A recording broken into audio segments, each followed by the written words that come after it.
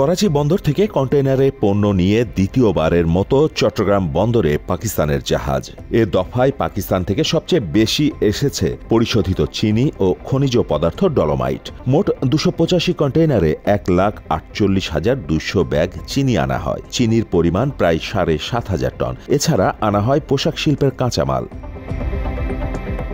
এর আগে গত মাসে স্বাধীনতার পর প্রথমবারের মতো পাকিস্তান থেকে সরাসরি জাহাজ আসে চট্টগ্রাম বন্দরে। এরপরই বিষয়টি নিয়ে মিথ্যাচার করে ভারত।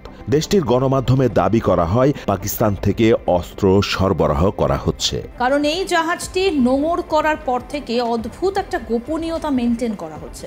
শনিবার আরেক দফায় পাকিস্তানের জাহাজ চট্টগ্রাম বন্দরে পৌঁছানোর পরপরই আবারও মিথ্যাচার শুরু করে ভারতের গণমাধ্যম। তাদের সন্দেহ পণ্য সরবরাহের আড়ালে অন্য কিছু রয়েছে। পাকিস্তান থেকে জাহাজ চট্টগ্রাম বন্দরে এসে পৌঁছেছে, কিন্তু সেই জাহাজে কি রয়েছে সবটাই আপনাদের সামনে আমরা তুলে ধরছি। রিপাবলিকান বাংলা দাবি করছে ভারতকে মোকাবেলায় বাংলাদেশে জাহাজে করে অস্ত্র দিচ্ছে পাকিস্তান। তার সঙ্গে প্রেম খেলছেন। জাহাজ ভর্তি অস্ত্র আসছে, জাহাজ ভর্তি মাল আসছে, জাহাজ ভর্তি জিনিস আসছে, কোনো চেকিং ছাড়াই। দেশটির একাধিক গণমাধ্যমে দাবি করা হচ্ছে পাকিস্তান থেকে রহস্যময় জাহাজ চট্টগ্রামে। দেশটির গণমাধ্যমে আন্তর্জাতিক বিশ্লেষকরা এ নিয়ে শঙ্কিত। পাকিস্তান থেকে কোনো কার্গো এলে সেগুলোকে খুব দ্রুত স্ক্যানিং করা হবে, দ্রুত ছেড়ে দেওয়া হবে। অর্থাৎ এখানে কি তারা ওখানে যদি আর্মস এন্ড অ্যামুনিশন যদি আসে, সেটাই কি লক্ষ্য কিনা, আমার সেটাই খালি দুশ্চিন্তা লাগছে। মাত্র ৩০% টাকায় জমির মালিক হয়ে নতুন বাংলাদেশের গড়ে তোলার স্বপ্ন দেখা বাংলা বসতি।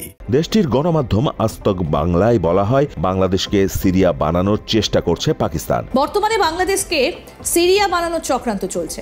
চট্টগ্রাম বন্দর খুলে গেছে, পাকিস্তান থেকে জাহাজে করে অস্ত্র আসছে। ভারতের গণমাধ্যমের এমন দাবি হাস্যকর। অস্ত্র নয়, পাকিস্তান থেকে চিনি সহ বিভিন্ন পণ্য প্রকাশ্যে আনা হচ্ছে বাংলাদেশে। ১৯৭১ সালের পর প্রথমবারের মতো ইউনূস প্রশাসন পাকিস্তান থেকে জাহাজে করে সরাসরি পণ্য আমদানি করছে। এতে করে খরচ ও সময় দুটোই বেঁচে যাচ্ছে।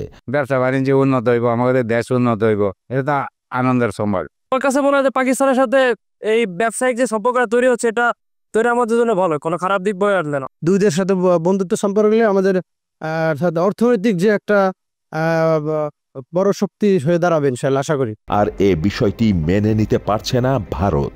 এটা আসলে একটা ইতিবাচক দিক। আপনার সব দেশের সাথে সব দেশের ব্যবসা বাণিজ্য হবে, স্বাধীনভাবে ব্যবসা বাণিজ্য করবে, এটা ইতিবাচক দিক। এতে ভারতের উদ্বেগের কোনো বিষয় আমি দেখি না এখানে। ওরা তো ওই সময় অনেক ষড়যন্ত্র করছে। রিসেন্ট আপনার যে আর বাংলা যে একটা নিউজ চ্যানেল আছে, ওরা তো রিপাবলিক বাংলা, ওরা তো চট্টগ্রামকে ওরা চাচ্ছেই। দাউদ ইব্রাহিম, বাংলা এডিশন।